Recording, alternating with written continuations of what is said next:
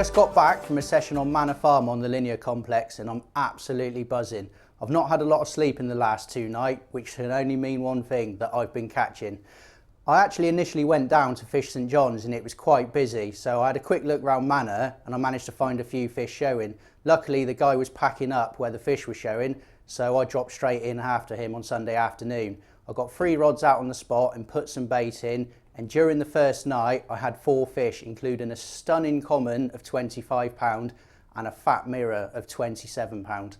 The second night followed in a similar sort of suit. I had another 4 fish through the night, including a big fat £29 mirror, and during the morning all hell broke loose. What a manic spell I've just had. I've had 3 fish in the last hour, including one of the fish that I've been after for 10 years. Let's get it out the sling and have a look at it. Well, here's the first of 3 fish in a manic 1 hour spell. This pristine common tipped the scales at £21. Let's get her back and have a look at the other 2.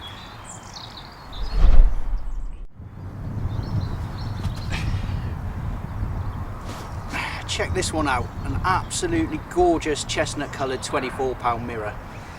Let's slip her back and have a look at the real price. Absolutely awesome, take a look at that.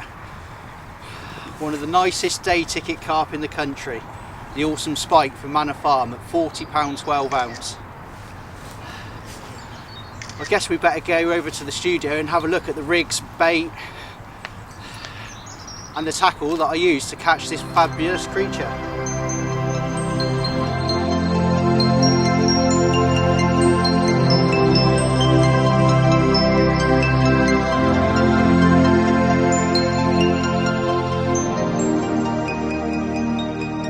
Now let's have a look at the bait that proved the downfall of one of the finest day ticket carp in the country.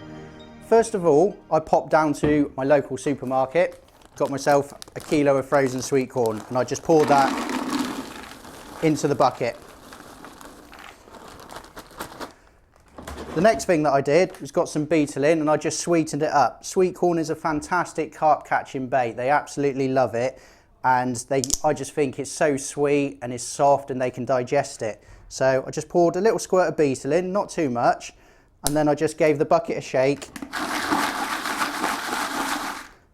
to cover all of the bait basically, so that it just absorbs into the sweet corn and makes it even sweeter than it already is.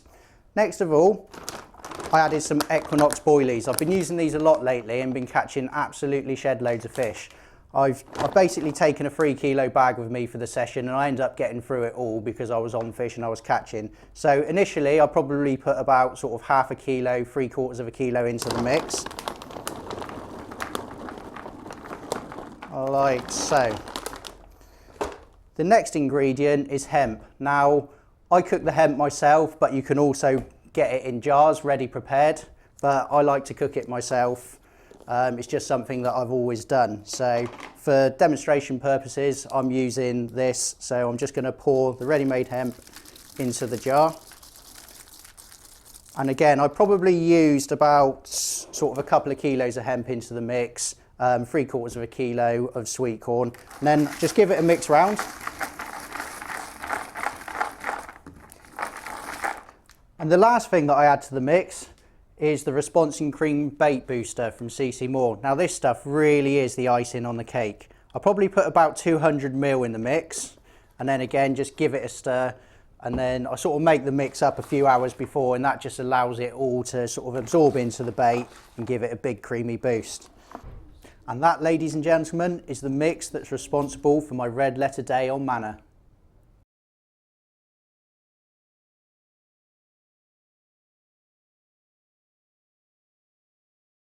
I guess you're all dying to have a look at the rig that nailed Spike, so let's have a closer look.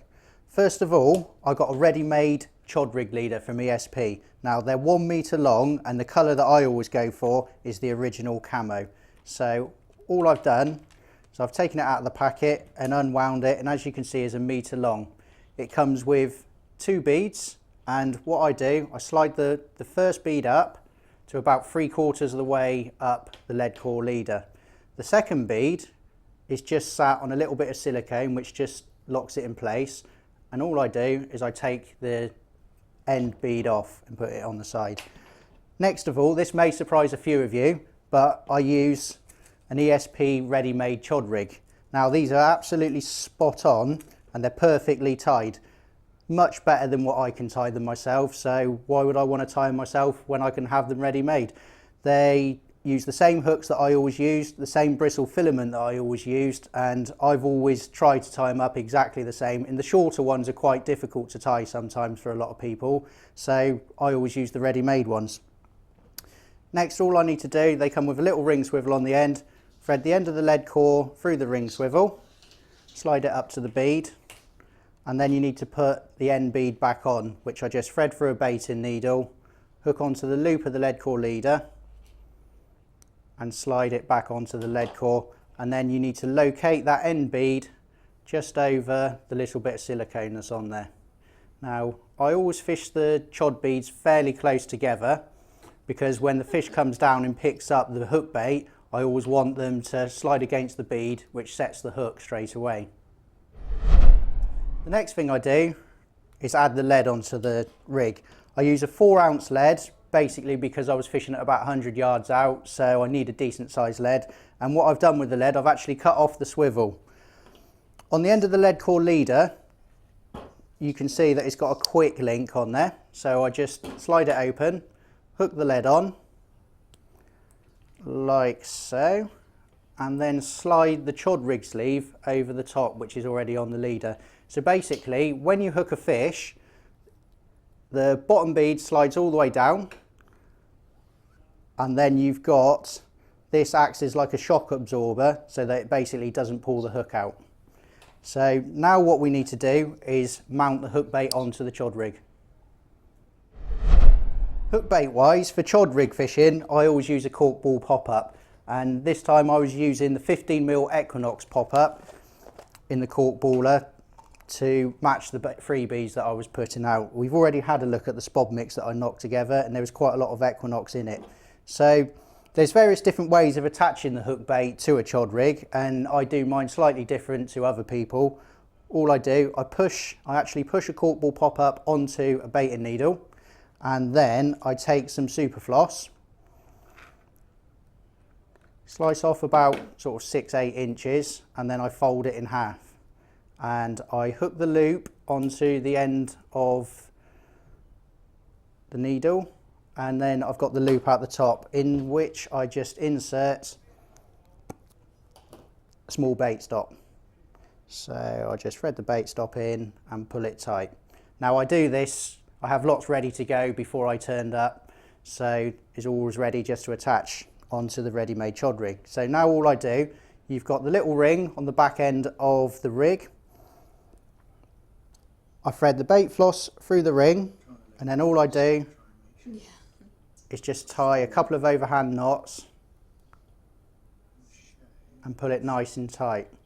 So that's the first one, which secures the bait in place. Then I tie another one, and just to be safe, I tie a third overhand knot, just pull it nice and tight. And then the next thing I do, I just trim the floss off, leave a little sort of 1-inch tag, and then with a lighter, I just light it up and just burn the tag ends down. Just burn them right down to the knot, and whilst they're still hot, I just flatten them off and push them onto the bait, which makes sure that it stays secure, and then the hook bait's never going to come off. And that's the final presentation. As I mentioned earlier, all I do is fish the beads fairly close together, a couple of inches apart. Now the reason I use the chod rig in this occasion, it's not a rig I use all the time. The spot that I usually fish in this particular swim was quite weedy. It was a shallow spot about 5 foot deep, and the weed was probably about sort of 6 inches off the bottom. If it was clear, I would have used another rig, but because it was quite weedy, I fished a chod rig over the top. With the chod rig, you're always fishing over, especially when you're fishing in weed, the hook bait is always presented on top of the weed. Now that's the rig and bait that I used on my memorable session on Manor. Now I suppose I better get back to work.